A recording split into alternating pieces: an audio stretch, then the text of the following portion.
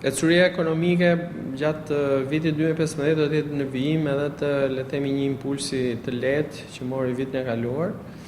Ajo që është për të shënuar është që ekonomia shqiptare është ende nën potencialin e vet të zhvillimit, por nuk përjashtohet normalisht edhe pjesa se çfarë ndodh edhe në Ballkan dhe pak më gjerë. Pra ekonomia është le të themi përjeton të njëjtat simptoma dhe të njëjtat le të themi situata që përjeton edhe pjesa tjetër e Ballkanit dhe më gjerë. Është një situatë gjithsesi premtuese, një rritje ekonomike e cila mund të jetë le të themi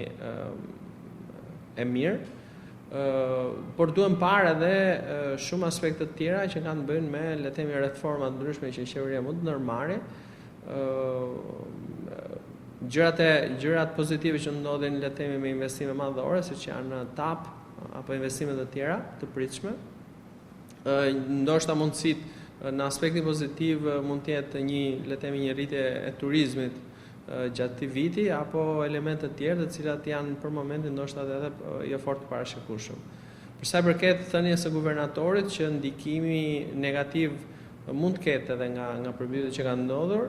le të themi që një lloj ndikimi shumë i vogël sepse edhe investimet nuk është se janë në shifra jashtëzakonisht të mëdha, patjetër që çdo lloj ndikimi negativ siç është në këtë rast edhe natyrës apo probleme që ka shkaktuar me të mbjellat apo me pronësinë e individëve të prekur nga kjo ngjarje,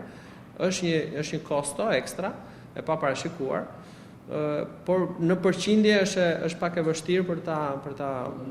llogaritur në këtë moment. Gjithsesi ky është një efekt negativ i cili në fund të vitit financiar duhet parë do të hynë aspektin negativ, por duhet parë të efektet të tjera të cilat mund të kenë ndikime më të mëdha pozitive apo negative, pra jemi duke bërë duke grumbulluar le të themi në një farmase disa pikë negative pozitive gjatë këtij viti për të parë se sa do të mund të performojë ekonomia në fund të këtij viti. Meqense është rasti normalisht patjetër efekte negative, ndoshta që ne nuk i parashikojmë dot, janë edhe që ky vit do të jetë një vit zgjedhor, efekte normalisht negative në aspekti që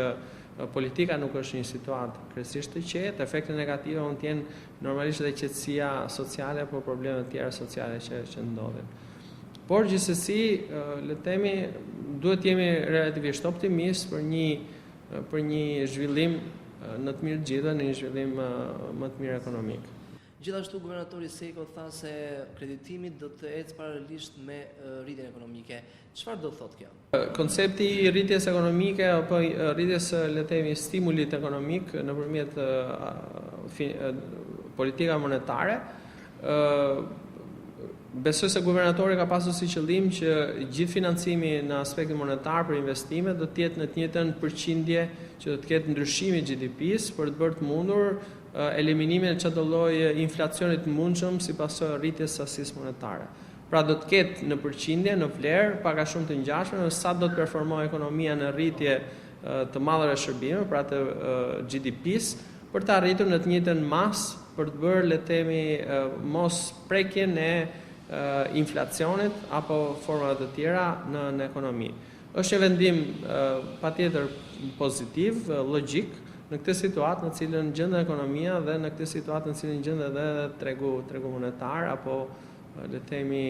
aspekte të tjera monetare dhe fiskale në vend. Gjithashtu në konferencën për mediat, zoti Seko tha se inflacioni për 4-3 muaj të ardhshëm do të jetë brenda objektivit ose afër objektivit të Bankës së Shqipërisë. Nëse ky skenar nuk materializohet, çfarë ndikimi do të ketë inflacioni në ekonominë shqiptare? Do ketë dy element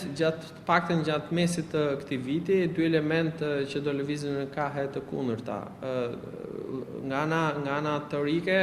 zakonisht inflacioni në periudhën e verës vjen relativisht paksa duke rënë, si pasojë e hyrjes së produkteve dhe mallrave vendase në treg, e cila është në sensin rënës, por është dhe aspekti tjetër që përgjithsisht konsumatorët gjatë periudhës së verës tentojnë të shpenzojnë më shumë se sa periudhat e tjera, ndryshe nga fundviti. Pra, do të ketë dy tendenca, dy shtyrje në kahe të ndryshme. Edhe një element i tretë është që qershori do përkojë edhe me zgjedhjet, e cila prap hyn në tendencën që të ketë një lloj shpenzimi publik apo edhe privat në rritje. Është e vështirë të bëhet një parashikim i saktë, duke qenë se normalisht paktën nga ana e parë kemi dy tendenca për rritje dhe një tendencë për ulje, me pak gjasa ka që të kemi një lloj inflacioni që do të jetë brenda normës parashikuar nga institucionet. Ditën e mërkur, Fondi Monetar Ndërkombëtar filloi një mision dyjavor në vendin tonë dhe ky mision ose ky skanim i financave shqiptare vjen me njëherë pas lëvrimit dy kësteve të ndihmës për Shqipërinë. Mendoni se Fondi Monetar Ndërkombëtar do të sugjerojë për qeverinë shqiptare ndryshim të politikave fiskale për gjatë këtij viti? Logjikisht kjo duhet të ndodhë, për sa kohë që duke qenë se edhe vetë FMN-ja është një institucion relativisht konservativ, do të tentoj të negocioj me qeverinë për të le të themi për të bërë agjustime të duhura, të paktën duke filluar nga 6 mujori 2 të vitit për të korrigjuar në gjitha sektorët në cilët nuk janë prekur. Mund ta lidhi le të themi këto korrigjime të mundshme edhe me lëvrimin e transhit të tretë. Pra, gjithsesi këto janë çështje negociatash, nuk e di se sa përgatitur është qeveria për të negociuar për këto element, pra edhe ato patjetër duhet të kenë bërë le të themi analizën e tyre për ecurinë apo dhe një parashikim të mundshëm çfarë do të ndodhi në këto sektorë apo në përgjithësi gjatë këtij viti. Pra është diçka që pritet të diskutohet dhe le të presim çfarë do të vendoset pas këtij takimi. Në farë mase qeveria ka bërë një hap të parë duke angazhuar le të themi edhe Bankën Qendrore dhe institucionet të tjera, le të themi një lloj faji në thonjza apo mos arritet pritshmërisë që kanë lidhje edhe me Crown Agents, të cilët po operojnë dhe asistojnë doganat. Pra normalisht një farë sensi korrigjues kuptohet edhe nga këto lëvizje. Ndërkohë, zoti Beqiri, sipas dhënave të shoqatës shqiptare të bankave, fitimet e sistemit bankar në tërësi, por edhe të bankave të veçanta u rritën ndjeshëm gjatë 2014-s krahasuar me vitin 2013. Mendoni se sistemi bankar do të vazhdojë të kreditojë ekonominë shqiptare edhe për gjatë këtij viti? Është një lajm i mirë, në të cilën tregon edhe një herë që sistemi bankar në përgjithësi është në pozita relativisht të mira, nuk është në pozitat më të mira të mundshme që edhe vetë bankat dhe sistemi kërkon, apo edhe Banka Qendrore. Përgjithësi, këto janë lajme pozitive, që do të thotë pavarësisht ngjarjeve që lidhin disa prej këtyre bankave në vendet e origjinës, pra në qendrat e bankave, ato performojnë ndryshe dhe shumë më mirë se që performojnë le të themi Banka Qendrore në cilat ne bëjmë pjesë.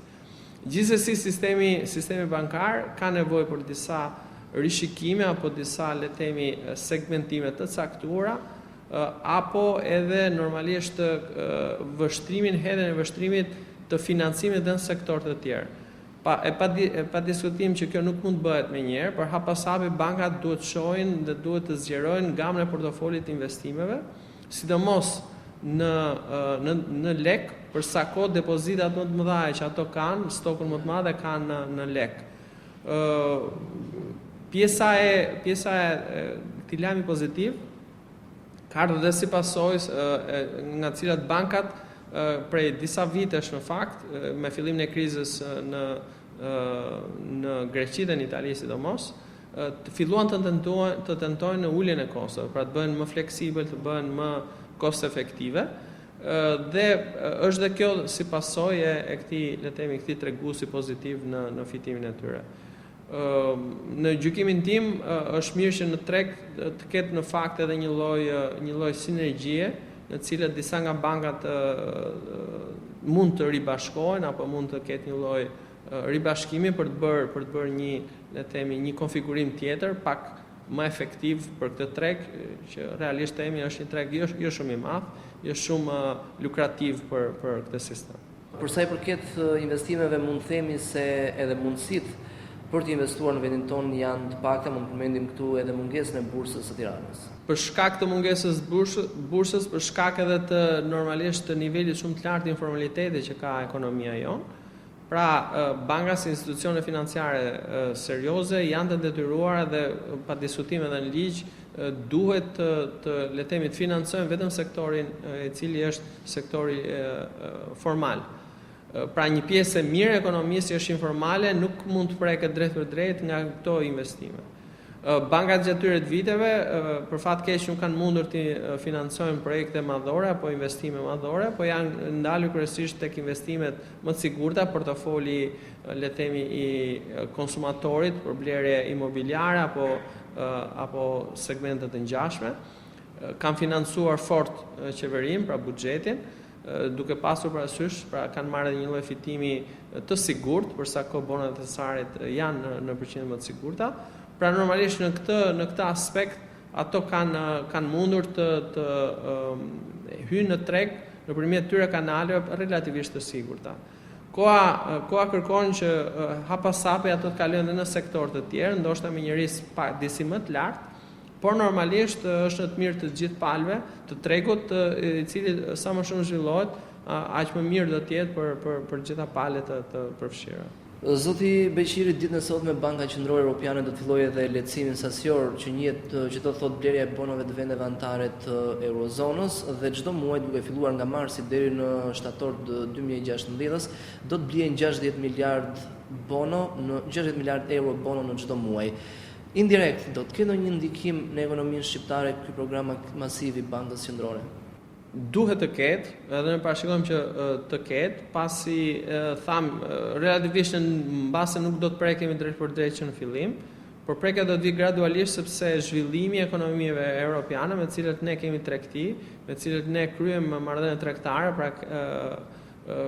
forcimi i ekonomisë apo zhvillimi i kërkesës në këto vende patjetër do të reflektohet në gjitha ekonomitë të ndërlidhura njëra me tjetrën. Urojmë që të paktën dy vendet në cilat sugjerojmë do të preken relativisht mirë, në cilat janë Italia dhe Greqia, do të japin patjetër impaktin edhe në ekonominë tonë dhe në ekonominë e vendeve përreth. Pra, nuk do të jetë imediat, nuk do të jetë menjëhershëm, por sepse edhe vetë politika monetare stimujt që do të japi nuk mund të japi të menjëhershëm, por do të japi në formë graduale. Aspekti i parë është që të urojmë të ketë një indikim sa më të shpejt pozitiv në ekonomitë europiane, kryesisht në vendet në të cilat ne prekemi më shpejt, për të dhënë pastaj menjëherë edhe impaktin e tyre në ekonominë tonë. Një lloj forma mund të jetë nëpërmjet patjetër dhe politika monetare, pra edhe bankave ndërkombëtare që operojnë në Shqipëri, lehtësimin e tyre nga bilancet.